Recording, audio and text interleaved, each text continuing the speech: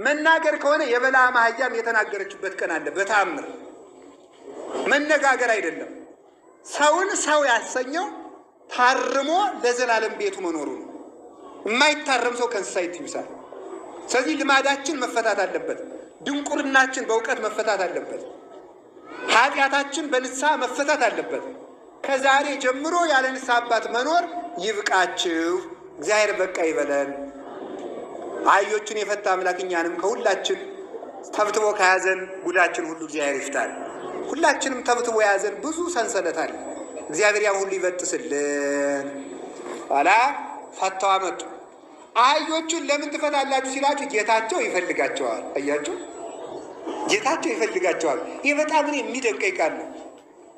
ይፈልጋቸዋል ለምን ማለት ነው? ጌታቸው ይፈልጋቸዋል። እኛ ባለቤት ያለን ሰዎች ነን። ባለቤት ያለን ሰዎች ነን። ምን ማለት ይመስላችኋል? የሚያስብልን አካል አለ። ታስረንም ያስብልናል እግዚአብሔር። ዝሙት እንዳሰረን፣ ኃጢአት እንዳሰረን፣ ክፋት እንዳሰረንም እንኳን እግዚአብሔር ለእኛ ማሰቡን አያቆም። ውለን የምንገባው ተኝተን የምንነሳው በዚህ ምክንያት ነው። እግዚአብሔር ይፈልጋቸዋል። ሁላችሁም እግዚአብሔር እኔን ይፈልገኛል ማለት አለባችሁ። አይፈልገኝም ያለ ሰው ኃጢአት አይተርፈው። እግዚአብሔር ይፈልገኛል ያለ ሰው ግን መስተካከል ይችላል። ከዚህ ውስጥ ነፍስ የገደለ ቢሆን፣ ጠንቋይ ቢሆን፣ ዘማዊ ቢሆን፣ የፈለገ እጁን በደም ነክሮ የሚኖር ሰው ቢሆን እግዚአብሔር የማይፈልገው ሰው በምድር ላይ አይገኝም። ሁሉንም እግዚአብሔር ይፈልገዋል። ለእግዚአብሔር መጥቶ የማይጠቅም ሰው የለም። እግዚአብሔር የማይወደው ሰው የለም። በምንም አይነት ኃጢአት ቢኖር ኃጢአቱ እንደ አለላ ቀይ ብትሆን እግዚአብሔር እንደ ባዘቶ ነጭ አድርጎ ይቀበለዋል። ወርቅን ከጭቃ ውስጥ አውጥቶ ወልውሎ ለዘውድ እንደሚያበቁት በኃጢአት ጭቃ የነበርነውን እግዚአብሔር ለክብር ማብቃት ያውቅበታል። እኔ አልረባም፣ እኔ አልጠቅምም፣ የሲኦል መዝጊያ ነኝ ብሎ ማሰብ ሰይጣናዊነት ነው። እግዚአብሔር የማይወደው ሰው የለም። ሳንፈልገው የፈለገን መድኃኔዓለም ስሙ የተመሰገነ ይሁን። ጌታቸው ይፈልጋቸዋል በሉ። ይፈልጋቸዋል ስትሉ ይተዋቸዋል ማለት ያ አህዮቹን ያሰራቸው ሌባ መሆኑ በዚህ ይታወቃል። ለምን? ባለቤት አይደለም ማለት ነው። ባለቤቱ ይፈልጋቸዋል ሲባል ዝም ካለ እሱ ሌባ ነው ማለት ነው። ያ ሌባ አህዮቹ የኒቆዲሞስ አህዮች ናቸው ይላሉ አባቶቻችን። ግን ከሱ ሰርቆ ያሰረ ሰው ነበረ። ያ ሰው ሌባ ነው፣ አንድም ወንበዴ ነው። ሌባ የተባለ ማን ነው? ሰይጣን ነው። ወንበዴ የተባለ ማን ነው? ሰይጣን ነው። ሌባ ሲያዩት ይሰርቃል፣ ሳያዩት ይሰርቃል። ሲያዩት ደህና ሰነበታችሁ ይላል፣ ልጠይቃችሁ መጥቼ ይላል። ወንበዴ ግን ቢያዩትም ባያዩትም ይሰርቃል። ቢያዩትም ባያዩትም ቀምቶ ይወስዳል። ዲያብሎስ ሌባም ነው ወንበዴም ነው። ሌባም ነው ወንበዴም ነው። ሌብነቱ አስመስሎ ጸጋችንን ይገፋል። ወንበዴነቱ ደግሞ ባላውያን ነገስታት፣ ባላውያን መኳንን፣ ሃይማኖት በሌላቸው ነገስታት እያደረ ህዝብ ይጨርሳል። ሲሳካለት በስብከት በተሳሳተ ትምህርት፣ ሳይሳካለት በሰይፍ እያደረገ ክርስቲያኖች ተጨንቀው ሃይማኖታቸውን እንዲክዱ ያደርጋል። ያ ወንበዴ ዲያብሎስ ነው። ከዚያ ወንበዴ እንዲፈቱ እግዚአብሔር ስልጣን የሰጣቸው ለአባቶቻችን ለሐዋርያትና ለካህናት ነው። አህዮቹ እናት አህያና ውርንጫ አህያ ናት። እናት አህያ የተባለች አይሁድ ናቸው። እናቲቱ መጫን ለምዳለች፣ አይሁድም ህግ ለምደዋል። ውርንጫ አህያ የተባለ ደግሞ ህግ ያለመደ ሰው ነው። እስቲ ህግ ያለመደ በሉ በሉ እንጂ መጫን ያለመደ ወጣቱ አሁን የሚለው ሰምታችኋል። አስቀድስ እንዲህ አድርግ ሲባል እኔ ይቅርታ አድርጉልኝ እንጂ ጭንቅ አልችልም ይላል። እኔ ጭንቅ አልችልም፣ እኔ እንደዚህ አይነት ነገር አይመቸኝም ይላል። እኔ በቃ እንደዚህ አይነት የጨነቀ ነገር አልፈልግም። በቃ ጌታ ተሰቀለ እንደዚህ አይነት እኔ የጨነቀ ታሪክ ራሱ አትንገሩኝ ይላል ዝም ብሎ ማለት ነው። ይሄ ምን ይባላል? ውርንጫ አህያ ይባላል። መጫን ያለመደ ማለት ነው። ይሄው ነው መጽሐፍ ላይ የተተረጎመውን ነው የነገርኳችሁ ማለት ነው። መጫን የለመደ ማለት ህግ የለመደ ነው። ህግ የለመደ። ስለዚህ መጫን መልመድ አለብን። ምንድነው የምንጫነው? የእግዚአብሔር ህግ። የእግዚአብሔር ህግ ቀላል ሸክም ነው።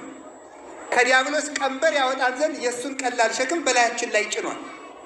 ለህግ መታዘዝ፣ 16ቱን ሕግጋት አክብሮ መኖር፣ አፈንጋጭ አለመሆን፣ ጭንቅ ስትመጣ ወዲያ ወዲህ አለ ማለት ነው።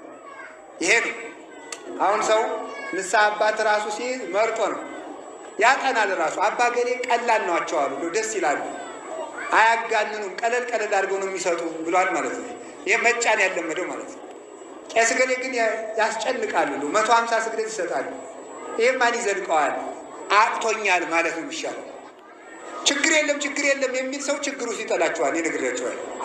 ችግር የለም የሚል ንስሐ አባት እየፈልጋችሁ የምትይዙ ከሆነ ችግር ውስጥ እንዳትወድቁ ሕግ መልመድ ይገባናል። ስለዚህ ያንን ነው ያልተጫነችው አህያ የተባለች በዚህ ምክንያት ነው እላችኋለሁ።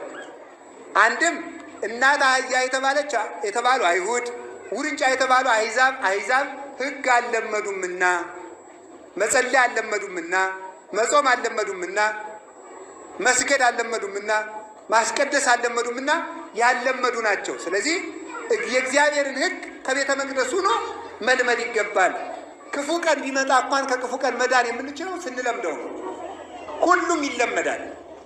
እነዚህን አህዮች ጌታ በሁለቱም አደረባቸው ማለት ሕግ ያልለመደ ሰው በኃጢአት የኖረ ሰውም ሲመጣ ሕግ እንደለመደ ሰው እኩል ያድርበታል፣ በረከቱን ያሳድርበታል። እንዲህ እንላለን፣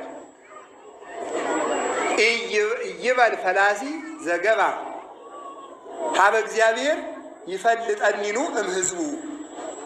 ይበል ፈላሲ ዘገባ ሀበ እግዚአብሔር ይፈልጠኒኑ እምሕዝቡ። ፈላሲ ቅዳሴ ስንገባ መጀመሪያ የምንላት ናት። በዜማ ስለምትባል በግዕዝ ቋንቋን ላታውቋት ትችላላችሁ። ፈላሲ ስደተኛ ሰው ካለ እግዚአብሔር ይለየኛል አይበል ይላል። ፈላሲ ማለት ምን ማለት ነው? ከኃጢአት ተሰዶ ከጣዖት ተሰዶ የመጣ ሰው ካለ እግዚአብሔር እኔ ኃጢአተኛ የነበርኩ ሰው ነኝና እኔን ይቀበለኝ ይሆን ከቅዱሳን ይለየኝ ይሆን አይበል። እግዚአብሔር ከቅዱሳን ጋር ይጨምረዋል፣ አይጠራጠርም። ሳይጠራጠር ያስቀድስ ይቁም። ከየትኛውም የኃጢአት ጭቃ ወጥቶ ከመጣ እግዚአብሔር ከቅዱሳን ጋር እኩል ያከብረዋልና ይበል ፈላሲ ዘገባ ከኃጢአት ተሰዶ ከወገን ተለይቶ ከኃጢአት ሀገር ተሰዶ የመጣውን ሰው እግዚአብሔር ከወገኖቹ አይለየውም ብሎ ይነገራል። ሁለቱም አደረባቸው። 14 ምዕራፍ ተጫነ። 14 ምዕራፍ 10ቱ ትእዛዛት ወይም 10ሩ ሕግጋት ናቸው። ከኔ ከእግዚአብሔር በቀር ሌላ አምላክ አታምልክ፣ አትስረቅ፣ አትመንዝር፣ ሰንበትን አክብር የሚለው እነዚህ 10ሩ ናቸው። 4ቱ ኪዳናት የሚባሉ አሉ። ኪዳነ ኖህ፣ ክህነተ መልከ ጼዴቅ፣ ግዝረተ አብርሃም፣ ጥምቀተ ዮሐንስ እነዚህ ናቸው 14ቱ። ሁለቱ ምዕራፎች በእናቲቱ አህያ የሄደባት ሁለቱ ምዕራፎች ደግሞ ምንድን ናቸው? ሰውን መውደድና እግዚአብሔርን መውደድ ናቸው። እነዚህ ሁለቱም አይቀሩም። 16ቱን ትእዛዛት 10ሩን ትእዛዛት ያከበረ፣ 4ቱን ኪዳናት ብሉይ ኪዳንን ያከበረ፣ ፍቅረ ቢጽና ፍቅረ ቢጽን ሰውና እግዚአብሔርን መውደድን የምታስተምር ወንጌልን የፈጸመ ሰው ካለ ከዚያ አንድ ዙር 3 ጊዜ ዙሮ አንድ ዙር በአህያዋ የሚለው አንድነት ሶስትነት ነው። የሥላሴን አንድነት ሶስትነት ያመነ ሰው ክርስቶስ አድሮበት ይኖራል ለማለት ነው። ልብሳቸውን ያነጠፉለት ምንድን ነው? ልብሳቸውን ያነጠፉለት ከአህያይቱ ላይ ልብስ የተባለ የሐዋርያት ትምህርት ነው። አንድም ልብስ የተነጠፈ ልብስ ገመናን ይሸፍናል፣ ገመና የሚሸፍን አምላክ ነኝ ሲል ነው ይላል። ገመናን የሚሸፍን አምላክ ነኝ። አሁን ሁላችንም የሰራነው ኃጢአት ግንባራችን ላይ ቢጻፍ ቆሞ የሚያስተምርም አይገኝ፣ ቁጭ ብሎ የሚማርም አይገኝ። ሁላችን ቤታችን ደም ቁጭ ነበር የምንለው። ድሮ ጌታ ከመወለዱ በፊት ሰዎች ኃጢአት ሲሰሩ ከግንባራቸው ላይ ይወጣል። በሻሽ ሲሸፍኑት ከሻሹ ላይ ይወጣል። ቤት ውስጥ ሲገቡ ከግንቡ ላይ ይወጣ ነበረ። አሁን ግን መድኃኔዓለም ክብር ምስጋና ይግባውና ሰው ሆኖ ኃጢአት በሰው መሃል ተገልጦ እንዳያዋርደን ገመናችንን ሸፈነልን። ገመናችሁን የሚሸፍን አምላክ ነኝ ሲል ልብስ ተነጠፈለት። ልብስ ይመቻል። የምትመች ሕግ ሰራውላችሁ። አንድም ይቆረቁራል። ለስጋ የሚቆረቁር ለነፍስ የሚመች ሕግ ሰራውላችሁ ለማለት። አህያይቱ ምዕመናንን ሲወክል በአህያይቱ ላይ የተነጠፈው ልብስ የሐዋርያት ትምህርት፣ የሐዋርያት ክህነት፣ የሐዋርያት ስርዓት፣ የሐዋርያት መስዋዕትና የሐዋርያት ሰማዕትነትና ሕይወት ነው። ይህንን የተከተለ ሰው ይድናል። ክርስቶስ ከአህያይቱ ላይ የወጣ ልብስ ከተነጠፈባት በኋላ ነው። ከክርስቲያን ጋር ክርስቶስ የሚኖረው የሐዋርያትን ትምህርት ከተማረ፣ የሐዋርያትን ሃይማኖት ካመነ፣ የሐዋርያትን ጥምቀት ከተጠመቀ፣ በሐዋርያት ክህነት ከተፈታ፣ የሐዋርያትን መስዋዕት ተቀብሎ ሥጋውን ደሙን ከተቀበለ፣ በሐዋርያት ስርዓት ከጸና፣ በሐዋርያት ሕይወት ከኖረ ክርስቶስ ያድርበታል። ይህንን ስናጠይቅ ምን እናለን? ወነአምን በአሐቲ ቅድስት ቤተ ክርስቲያን እንተ ላዕለ ኩሉ ጉባኤ ዘሐዋርያት፣ ሐዋርያት በሰበሰቧት በአንዲት ቤተ ክርስቲያን እናምናለን። ኦርቶዶክስ ተዋሕዶ ከሌሎቹ በክርስቶስ ስም ከተመሰረቱ ድርጅቶች ይልቅ ልዩና ቅድስት ቤተ ክርስቲያን ናት ብለን የምናምናት የእኛ ስለሆነች በደጋፊነት ተነስተን ሳይሆን የሐዋርያት መሰረት ስላላት ነው። የሐዋርያት ክህነት አላት፣ የሐዋርያት መስዋዕት አላት፣ ሥጋው ደግሞ የሐዋርያት ወንጌል ይሰበካል፣ የሐዋርያት ስርዓትም አላት። ሁሉ በስርዓት ነው። ኦርቶዶክስ ውስጥ የምንወለድ በስርዓት ነው። እናቶቻችን አባቶቻችን በስርዓት ተጋብተው በተክሊል የምናድግ በስርዓት ነው። በ40 ቀን በ80 ቀን ተወልደን የዛሬውን ልጅ እንተውና አንድ ሕፃን ሲያድግ መጽሐፈ ሰሎሞን፣ መጽሐፈ ሲራክ፣ መዝሙረ ዳዊት እየተማረን የሚያድግ ስርዓተ ቤተ ክርስቲያን እየተነገረውን የሚያድግ በስርዓት እናድጋለን። በስርዓት ያገባሉ የምታገቡት፣ በስርዓት እንመነኩሳለን፣ በስርዓት ክህነት እንቀበላለን፣ በስርዓት እንፈታለን፣ በስርዓት እንቀበራለን፣ በስርዓት እንሞታለን። የኦርቶዶክስ ተዋሕዶ እንኳን ልደታችን ሞታችን እንኳን ስርዓት ያለው ነው። በስርዓት እንነሳለን። የሐዋርያትን ስርዓት ያዙ፣ የሐዋርያትን ሃይማኖት ያዙ፣ በሐዋርያት ክህነት ተመሩ፣ የሐዋርያትን ትምህርት ተማሩ፣ የሐዋርያትን ሃይማኖት እመኑ፣ የሐዋርያትን ቁርባን ቁረቡ እና ክርስቶስ ከእናንተ ጋር ይሆናል ለማለት ልብስ ተነጠፈበት። አሁን ክርስቲያን መሆናችን ይሄ ነው ልኩ። እስቲ ጨርቅ የሐዋርያት ልብስ በሉ። የተለጠፈባት ምንድን አህያ በሉ። አዎ ምን ማለት ነው? የሐዋርያት ልብስ ማለት አሁን የዘረዘርኳቸውን ክርስቲያን የሚባለው አሁን የዘረዘርኳቸውን የሐዋርያትን የያዘ ነው። የሐዋርያት ሃይማኖት በሉ፣ የሐዋርያት ጥምቀት፣ የሐዋርያት ቁርባን፣ የሐዋርያት ክህነት፣ የሐዋርያት ስርዓት፣ የሐዋርያት ስርዓት ሕይወት፣ የሐዋርያት ሕይወት በሉ። እንዲህ ያለ ሰው ክርስቲያን መመዘኛው ይሄ ነው ማለት። በዚህ ስርዓት የሚኖር ሰው ክርስቲያን፣ በዚህ ሰው ክርስቶስ አብሮት ይኖራል። በዚህ ሰው ላይ ሰይጣን የማደር እድል ፈንታ የለውም። ለምን? ተፈቷላ። ተፈቷልና ወንበዴው በዚህ ሰው ላይ የኔ ነው ማለት አይችልም። ሌባ ነው። የሐዋርያት ልብስ ያልተነጠፈባት አህያ ግን የክርስቶስ አይደለችም። ይሄ የሌለው ክርስቲያን ክርስቲያን አይባልም። ከዚያስ እታች ደግሞ ልብ ብላችሁ ስሙ፣ እየጨረስን ነው። ልብሳቸውን ደግሞ አነጠፉለት ምዕመናን። እነዚህ ደግሞ የሐዋርያት ተከታዮች ያስተማሩት ትምህርት ነው። የሐዋርያት ተከታዮች ያስተማሩት ትምህርት ሐዋርያውያን አበው ይባላሉ። ዛሬ አሁን ለምሳሌ ስትሰሙ ማንኛውም ሰው አሁን ዛሬ ሰባኪ ሆኗል። ማንኛውም ሰው ከየት ተምረሃል የሚለው የለም። ማን ነው የሾመ ክህነት የሰጠ ማን ነው የሚለው የለም። የትኛው ቅዱስ ሲኖዶስ ወይም የትኛው ጳጳስ ነው ያሰማራ የለም የሚለው የለም። ትምህርት ቤት ይሄን ነው። ማን መምህር ነው አስተምር። ማን እንደላካቸው የማይታወቁ ሰዎች ቆብ ስላላቸው ብቻ፣ ቀሚስ ስለለበሱ ብቻ፣ መስቀል ስለያዙ ብቻ፣ ዲያቆን ቄስ የሚል ስም ስለያዙ ብቻ ደጋፊ ማፍራት ይጀምሩና ከዚያ በኋላ እነዚህ ሰዎች ልክ አይደሉም መባል ሲጀመር እነዚያ ሰዎች ሳያውቁ መጀመሪያ ያገኙትን ሰው ትክክል ሆነ ስህተት መጀመሪያ ለያዘው እውቀቱ ይጋደላልና እገሌን ከነካችሁብን እንሞታለን ማለት ይጀምራል ማለት ነው። እንዲህ ያለ መንጋ ይሰበሰባል። ኦርቶዶክሳዊ ያይደለ ማለት ነው። አሁን በዚህ ዘመን ታዲያ ምን ይላል መሰላችሁ? እነገሌ ልክ አይደሉም፣ እነገሌ ልክ አይደሉም ሲባል ሰው ምን ይላል? ታዲያ ማንን እንመን ይላል። እስኪ በሉ በሉ በሉ እንጂ እንደዚህ የሚል ጥያቄ ይጠይቃል። መስፈርት ነገርኳችሁ። የሐዋርያት ክህነት በሉ እኔ ሳይደክመኝ እንዳታደጉ። የሐዋርያት ክህነት፣ የሐዋርያት ትምህርት፣ የሐዋርያት ስርዓት፣ የሐዋርያት መስዋዕት፣ የሐዋርያት ሕይወት፣ የሐዋርያት ጥምቀት፣ የሐዋርያት ቤተ ክርስቲያን እነዚህን ጠብቆ ከያዘ አንድን ሰው መምህር አባት ብለን እንቀበለዋለን። እነዚህን ተቀብሎ ቆርቦ የሚያቆርብ ቀድሶ የሚያቆርብ ህዝቡ እንዲያስቀድስ የሚያደርግ ስርዓት ጠብቆ የሚል ተምሮ የሚያስተምር ሳይማር የሚያስተምር እንዴት የት ይመጣል? እንዴት ነውር እኮ ነው በእውነቱ ማለት ነው። ሳይማሩ ማስተማር ሐዋርያዊነት አይደለም። በመገለጥ ቢሆን ኑሮ መጀመሪያ ከሐዋርያት የተገለጠላቸው የለም። ብርሃነ መለኮቱን በደብረ ታቦር ያዩ፣ በባሕር ላይ እንዘይርህስ አገሪሁ እግሩ ሳይረጥብ በባሕር ላይ ሲሄድ ክርስቶስን ያዩ እነሱ፣ ነፋስ ሲገሰጽ ያዩ እነሱ፣ አጋንንት ሲገሰጹ ያዩ እነሱ፣ ሙት ሲነሳ ያዩ እነሱ፣ ድውይ ሲፈወስ ያዩ እነሱ፣ ዲዳ ሲናገር ያዩ እነሱ፣ እውር ሲበራ ያዩ እነሱ፣ ደንቆሮ ሲሰማ ያዩ እነሱ፣ ህብስት አበርክተው ያሳለፉ እነሱ፣ ተስፋ የተሰጣቸው እነሱ፣ ክህነት እፍ ብሎ የሰጣቸው እነሱ፣ ሲነሳ ያዩ እነሱ፣ ሲሰቀል የነበሩ እነሱ፣ ሲያርግ ያዩ እነሱ፣ በ12 ወንበር ተቀምጠው የሚፈርዱ እነሱ ናቸው።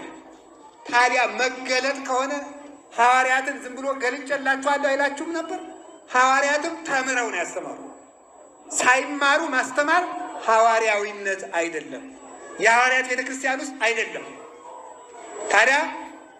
ታዲያ መመዘኛውን እየነገርኳችሁ ነው። አንድ ኦርቶዶክሳዊ መምህር፣ አባት፣ መነኩሴ፣ ዲያቆን፣ ባይታዊ፣ ካህን የሚመዘነው ምንድን ነው? የሐዋርያትን ትምህርትና ስርዓት ይዟል ወይ ነው። እስኪ በሉ የሐዋርያትን ትምህርትና ምን ይዟል ወይ? ስርዓት ይዟል ወይ?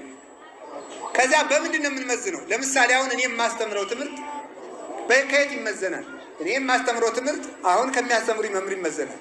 አሁን የሚያስተምሩኝ መምህር ከእሳቸው መምህር ጋር ይመዘናል። የእሳቸው መምህር ደግሞ ከእሳቸው ይመዘናል። የዛሬ 100 ዓመት የነበሩት የዛሬ 200 ዓመት ከነበረው መምህር ጋር ትምህርቱ ይመዘናል። የዛሬ ከነበረው ደግሞ 15ኛው 16ኛው ክፍለ ዘመን ከነበሩት ከሌሎቹ ቅዱሳን ከነ እጨጌ ዕንባቆም ጋር ይመዘናል። የነሱ ከነ አቡነ ተክለ ሃይማኖት ጋር ይመዘናል። የነሱም ከነ ቅዱስ ላሊበላ ጋር ይመዘናል። የነሱም ከ9 ቅዱሳን ጋር ይመዘናል። የነሱም ከቅዱስ ያሬድ ጋር ይመዘናል። የቅዱስ ያሬድ ደግሞ ከማን ይመዘናል? የቅዱስ ያሬድ ከነ አባ ሰላማ ጋር ይመዘናል። የነሱ ከነ ቅዱስ አትናቴዎስ ይመዘናል። የሱ ደግሞ ከነ እለእስክንድሮስ ይመዘናል። የሱ ከተፍጻሜተ ሰማዕት ከቅዱስ ጴጥሮስ ይመዘናል። የሱ ከአግናጢዮስ ይመዘናል። የአግናጢዮስ ከዮሐንስ ወንጌላዊ ይመዘናል። የዮሐንስ ወንጌላዊ በክርስቶስ ይመዘናል። ይህን ሰንሰለት ጠብቆ የመጣ ሰው የኦርቶዶክስ መምህር ይባላል። መጽሐፍ ቅዱስን አንብቦ የሚናገር ሁሉ እንደ ዛሬ ስልክ ሁሉ ያነባል እኮ መጽሐፍ ቅዱስን አንብቦ መምህር መሆን ይቻላል? አይቻልም። ሳይማሩ ማስተማር አይቻልም። የቅዱሳን ሊቃውንት አሁን መናፍቃኑ ሁሉ ምን ይሏቸዋል መሰላችሁ? ልብ በሉ፣ ሲደርሳችሁ ታዩታላችሁ። ብዙ ልጆች እየካዱ እኮ ነው ወጣቶቹ። መጽሐፍ ቅዱስ አንብቦ ይመጣና መጽሐፍ ቅዱስ ላይ እንዲህ ይላል ይላል። መጽሐፍ ቅዱስ ላይ እንዲህ ይላል ሲለው፣ ስለዚህ መጽሐፍ ቅዱስ እንደዚህ ሲለምን አንተ ኦርቶዶክስ የሆንከው በስህተት ነው እና ሌላ ሃይማኖት ሲለው ይሄዳል። ቁም ነገሩ ግን የዚያ መጽሐፍ ቅዱስ ትርጉሙ ምንድን ነው? ለምን ስትሉኝ ይሄ መጽሐፍ ቅዱስ አሁን እኔ እየተረጎምኩላችሁ አህያ የተባለ እንዲህ ነው፣ ውርንጫ የተባለች ይችናል። ትርጉሙ እንደዚህ ለመሆኑ ማስረጃ ምንድን ነው ብትሉኝ፣ በዘመኑ ከሐዋርያት ተምረው እንዲህ ማለት ነው ብለው የተረጎሙ የሁለተኛው ክፍለ ዘመን ሊቃውንት ድርሳን ቤተ ክርስቲያኒቱ ውስጥ አለ። የአንደኛው ክፍለ ዘመን ድርሳን ቤተ ክርስቲያኒቱ ውስጥ አለ። የምንተረጉመው በዚህ ነው። አንድ ሰው በዘመን የቀደሙ በቅድስና የቀደሙ በኑሮ የቀደሙ አባቶች አሉ። በዘመን የቀደሙ በዘመኑ ተገኝተው ትርጉሙ ምን ማለት እንደሆነ የተረዱ፣ በቅድስና የቀደሙ የተማሩትን ከእግዚአብሔር በቅድስና ያረጋገጡ፣ በኑሮ የቀደሙ ስነ ምግባራቸው የተቃናላቸው አባቶቻችን አሉ የተረጎሙት። ስለዚህ አሁን ዛሬ የሚያስተምረው ለምሳሌ አንድ ጥያቄ አንድ ሀሳብ ለምጠላችሁ። ያመነ በሉ የተጠመቀ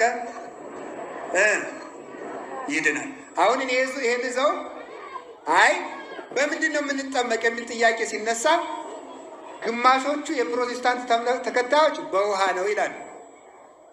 ግማሾቹ ደግሞ አይ ክርስቶስ ውሃ ነኝ የሕይወት ውሃ ነኝ ስላለ የኢየሱስን ስም ካመን ጥምቀት አያስፈልገንም፣ ስሙ ራሱ ውሃ ስለሆነ በስሙ ተጠምቀናል ይላሉ። ግማሾቹ ደግሞ የእግዚአብሔርን ቃል የሚያነብሰው ከውሃ ዳር እንደተተከለ ዛፍ ነው ስለሚል ቃሉን ካነበብክ ቃለ እግዚአብሔር ራሱ መጽሐፍ ቅዱስ ራሱ ጥምቀት ይሆነናል ይላሉ። ተመልከቱ። አሁን እንደዚህ አይነት ትርጉም መጣ። ትክክለኛው እንደማን ነው በሉ ንገሩኝ እስኪ። ትክክለኛው በሉ እሺ። 3 አይነት ቸርቾች ቢኖሩ እነዚያ ቸርቾች አንዱ በውሃ ነው አለ። አንዱ ስሙ ብቻ ስሙ ነው ውሃ እንጂ ውሃ አያስፈልግም አለ። አንዱ ደግሞ መጽሐፍ ቅዱስ ነው አለ። ታዲያ ምን እናለ? እንደማን ነው ትርጉሙ ሲባል ትርጉሙ እንደ ሐዋርያትና እንደ ሐዋርያት ተከታዮች። እስኪ እንደ ሐዋርያትና በሉ እሺ፣ ቀጥሉ። እንደ ሐዋርያት ተከታዮች። እንደኛ ዘመን አይደለም።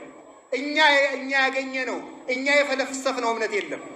እንደ ትናንትናው ነው የምናምን እንጂ ዛሬ ጀምረን የምናምነው ሃይማኖት የለም። ስለዚህ ሐዋርያት በምን አጠመቁ? በውሃ በሉ እንጂ። ስለዚህ ትርጉሙ በምን ይሆናል? አሁን በውሃ በሉ። ምክንያቱም ሐዋርያት በውሃ ስላጠመቁ። ክርስቶስ የተጠመቀ በምንድን ነው? በውሃ ነው። ስሙ ውሃ ከሆነ ጥምቀት ስሙ ቢሆን ኑሮ ውሃ እሱ ውሃ ነው፣ የሕይወት ውሃ ነው። ግን መጠመቅ በውሃ እንደሆነ ሲያጠይቅ ራሱን በውሃ ተጠምቋል። ሌላም እንደዚህ ያለ የመጽሐፍ ቅዱስ ትርጉም በጣም ብዙ ነው ያለ። ቁርባን ብትሄዱ አንዳንዶቹ የለም ቁርባን ያለው ስሙ ነው፣ እኔ የሕይወት እንጀራ ነኝ ሲል ስሙን ስንጠራ ቆርበናል ይላል። ደግሞ አንዳንዶቹ ምን ይላሉ ደግሞ አይ መታሰቢያ ያለ በሱ ስም እንደው ዝም ብለን እንጀራ ቆርሰን ከበላን ከቃሉ ጋር ናችሁ። እግዚአብሔር ከሁላችን ጋር ይሁን።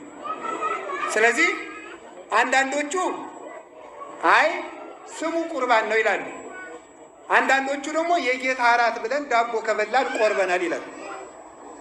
ታዲያ ትርጉሙ እንደማን ነው ሲባል እንደ ሐዋርያትና በሉ እንደ ሐዋርያት ተከታዮች በሉ እንጂ እንደ ሐዋርያት ተከታዮች። ምክንያቱም ጌታ ለሐዋርያት ማቴዎስ ወንጌል ምዕራፍ 26 ቁጥር 26 ላይ ምንድን አላቸው? ይህ ህብስቱን አንስቶ ይህ ስጋዬ ነው ያላቸው። እስኪ ይህ ስጋዬ ነው በሉ። ስለዚህ የምንቆርበው ምኑን ነው ማለት ነው? ስጋውን። ስሙን ጠርቶ ብቻ ቁርባን የለም። ወይኑን አንስቶ ይህ ደሜ ነው ያለ። ደሙን ነው የምንቆርበው እንጂ ስሙን ቆረብክ አይባልም። ይህንን ያስተማሩት እነማን ናቸው? ቅዱሳን ሐዋርያት ናቸው። ያንን ደግሞ በምን አገኘው? በሐዋርያውያን አበው። ተላውያን አሰረ ፍኖቶሙ ለሐዋርያት፣ ተላውያን አሰረ ፍኖቶሙ ለሐዋርያት ይባላል። የሐዋርያትን መንገድ የተከተሉ ደግሞ ከነሱ የተከበሩ ሊቃውንት። የክርስትና ሃይማኖት እንደ ሰንሰለት ነው የሚባለው። ለዚህ ነው እንደ ሰንሰለትና እንደ እናት ጡት ነው የሚባለው። የእናት ጡት የመጀመሪያው ልጅ ባደገበት ጡት የመጨረሻው ልጅ ያድግበታል። የመጀመሪያ ልጆች ሐዋርያት ናቸው። የመጨረሻ ልጅ በዚህ ዘመን ያለ ነው። ሳይለወጥ ያን ሰንሰለት ጠብቆ መምጣት አለበት። የዛሬው ሌላ የትናንት ነው። እናት 10 ልጅ ብትሆን 10 ልጅ ከደረቷ አታወጣም። በዚያ አውጥቷ ነው ሁሉ ልጆቿን የምታሳድግ። ለቤተ ክርስቲያን በየዘመኑ የሚበቅል ጡት የላትም። 2 ጡት ነው ያላት፣ ብሉይ ኪዳን፣ አዲስ ኪዳን። ትናንትናዎቹ የጠባሁትን ነው የምንጠባ። ሰው ሆኖ የአሳማ ጡት እየጠባ የሚያድጋለን። ሰው ሁሉ የአንበሳ ጡት የሚጠባ የለም። ሰው ሆኖ በአህያ ጡት የሚያድግ የለም። ሰው ከሆነ የእናቱን ጡት ነው የሚጠባ። ኦርቶዶክስ ከሆነ የኦርቶዶክስን ጡት ጠብተን ነው የምናድገው። ስለዚህ ቅዱሳን ሐዋርያት ያስተማሩት ትምህርት ምን ተባለ? ልብስ ተባለ። በሉ ልብስ በሉ። ደግሞ ታች ያሉት ደግሞ የእነሱ ተከታዮች ያስተማሩት ከአባቶቻችን ኅብረት አያውጣን እግዚአብሔር፣ ከአባቶቻችን ኅብረት አያውጣን። በየዘመናት አሁን ልብ ብላችሁ ስሙኝም። ለምሳሌ በ16ኛው ክፍለ ዘመን ፕሮቴስታንቲዝም ወይም ፕሮቴስታንት በማርቲን ሉተር አማካኝነት ከካቶሊክ ተገንጥሎ ከወጣ በኋላ አሁን በፕሮቴስታንት ስም 35,000 ቸርች ተመስርቷል። 35,000 ሁሉም የተለያየ እምነት ነው ያለ፣ የተለያየ አስተምህሮ ነው ያለ። የኦርቶዶክስ ግን ይሁ ዛሬ የምንለውን የዛሬ 500 ዓመት ሄዳችሁ ይሁት መጽሐፎቹ አሉ። ታሪክ ምስክር ነው። ዛሬ የምንለውን የዛሬ 1000 ዓመት ሄዳችሁ አጥኑት። ዛሬ የምናደርገውን የዛሬ 2000 ዓመት ሄዳችሁ አጥኑት። ዛሬ የምናምነውን በአብርሃም ዘመን ሄዳችሁ ይሁት አንድ ነው። ለምን? ኢየሱስ ክርስቶስ ትናንትም ዛሬም ያው ነውና። እስኪ በሉ ኢየሱስ ክርስቶስ በሉ። ትናንትም ዛሬም እስከ ዘላለሙ ምንድን ነው? ያው ነው፣ አይለወጥም። በየዘም ዕብራውያን 13 ቁጥር 8 ላይ ሌላው ልብሳቸውን ሐዋርያት ከአህያይቱ ላይ ልብስ ሲያነጥፉ ሰዎች ደግሞ ለአህያይቱ ምን አነጠፉ? ጨምር ንገሩኝ። ልብስ። ታድላችሁ እኮ ነው። እኛ ስንማር ሌላ ምስጢር አለው። በስንት ተረጎሙት የኔታ ይነምን እናንተ ደግሞ ቶሎ በጨረሰ ነው የምትሉ። ተመስገን እኮ ነው። እሺ እንደዚህ ያለ ተመስገን። እኛ ደግሞ ሌላ ሶስተኛ አለው ነው ምን። ስለዚህ ግን ጨርሻለሁ፣ አይዟችሁ፣ አይፈረድባችሁም። ታዲያ ምን አለ? ሐዋርያት አነጠፉ፣ ደግሞ ከሐዋርያት በታች አነጠፉ። ምን ማለት ነው? ከሐዋርያት ለአህያይቱ ሲያነጥፉ፣ ከአህያይቱ በላይ ሲያነጥፉ፣ ህዝቡ ደግሞ ለአህያይቱ አነጠፉ። ምን ማለት ይመስላችሁ? አሁን ደግሞ ልብስ የተባለ የስጋ ፍላጎት ነው። እስኪ የስጋ ፈለጉት በሉ። የምን ፍላጎት ነው? ሐዋርያይቱ ለአህያይቱ ልብስ ሲያለብሷት፣ ሰዎቹ ደግሞ ለአህያይቱ አነጠፉ ማለት የሐዋርያትን ትምህርት ተቀብሎ የስጋ ፈቃድን መተው ማለት። የሐዋርያትን ትምህርት ተቀብሎ የስጋ ፈቃድን መግዛት። እዩ ተመልከቱ። የስጋ ፈቃድ ነው ልብስ የተባለ። ያንን አስቀንጥሮ መርገጥ ማለት ነው። ለራስ ማስገዛት ማለት ነው። ይህ ምን ማለት ይመስላችኋል? ኦርቶዶክስ ተዋሕዶ ቤተክርስቲያንን እዩዋት። በዓመት ከ365 ቀን መብሉ ይበዛል፣ ጾሙ ሲንገሩኝ ምናል ንገሩኝ እንጂ መብሉ ይበዛል፣ ጾሙ ይበዛል፣ እንቅልፉ ይበዛል፣ ትጋቱ ንገሩኝ እንጂ። ቤተ ክርስቲያኒቱ ነው የእናንተን እና የኔን አይደለም። ቤተ ክርስቲያን ውስጥ እንቅልፍ ይበዛል፣ ትጋት ንገሩኝ እንጂ። ምንድነው? ኦርቶዶክሱ ከምቾት ይልቅ ስጋይ። ለምን? የመስቀል ሃይማኖት ነው። መስቀሌን ተሸከምኩ ስለምን። ቤተ ክርስቲያናችሁ ስንዱ እመቤት ናት። በእውነት ከጥጋብ ይልቅ ረሃብን። አሁን ሕማማት መጥቷል አይደለም? ሕማማት መጣ። በሕማማት እንግዲህ በቀን ስንት ጊዜ ነው የሚበላ? አቤት ንገሩኝ እንጂ። አንድ ጊዜ ነው። ስለዚህ አሁን ሕማማት የሚጾም እስከ ምሽት ስንት ሰዓት ነው? 1 ሰዓት ይጾማል። እስከ ምሽት 1 ሰዓት ይጾማል። በዚህ ሳምንት አይዘፈንም፣ ባል ከሚስት ጋር አይተኛም፣ አረባውም አይደረግም። እንኳን ይቺ ሳምንት ብቻ ማለት ነው። በሕማማት ደስ ያለው ሰው የአይሁድ ዘመድ ነው። ክርስቶስን ሰቅለው ደስ ብሏቸዋልና የአይሁድ ዘመድ ነው። በሕማማት ደስ ያለው ሰው የትንሣኤ ዕለት ያልቅስ፣ የአይሁድ ወገን ስለሆነ። በዚህ ሰሞን መስገድ ነው። አንድ መልእክት በዚህ ሳረሰው ላስተላልፍ። በሕማማት ሳምንት በዓል ቢመጣ ይሰገዳል። እሺ ሚካኤል ቢሆን እመቤታችን ብትሆን ባለ እግዚአብሔር ቢሆን ይሰገዳል። በዓሉን እየሻር ነው ሳይሆን በዚህ ሳምንት የሚመጣ በዓል የሚከበረው በስግደት ነው። እየሰማችሁኝ ነው? የዚህ ሳምንት በዓል የሚከበር በምንድን ነው? በስግደት ነው የሚከበረው። በስግደት እያከበር ነው እንጂ እየሻር ነው አይደለም። ስቅለት አብይ በዓል ነው።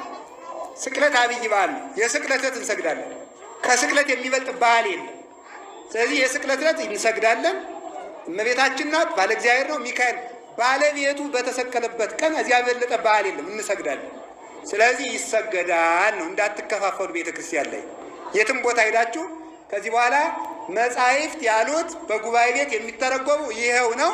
እንግዲህ ምንም በዓል ቢመጣ በሕማማት ብቻ ነው እንጂ በሌላ ጊዜ በበዓል አይሰገድም። ሰማችሁ? ስለዚህ አሁን ይኸው ሁሉ የምንሰቃየው ለምንድን ነው? ለምንድን ነው ያህል አንድ ጥያቄ ልጠይቃችሁ። ቆይ ጅብ ታውቃላችሁ? እሺ መልሱልኝ። ከጅብና ከሰው ማነው ሆዳ? ጅብ በሉ። ከዝሆንና ከሰው ማነው ሆዳ? እሺ ከአሳማና ከሰው? ኧረ መልሱልኝ። እሺ በጣም ጥሩ። አሁን ከአህያና ከሰው ማነው ሆዳ? ከፈረስና ከሰው በሉ እንጂ። ከግመልና ከሰው ግመል። አሁን ደግሞ አንድ ጥያቄ ልጠይቃችሁ። ከሰውና ከአህያ ማን ነው ጌታ?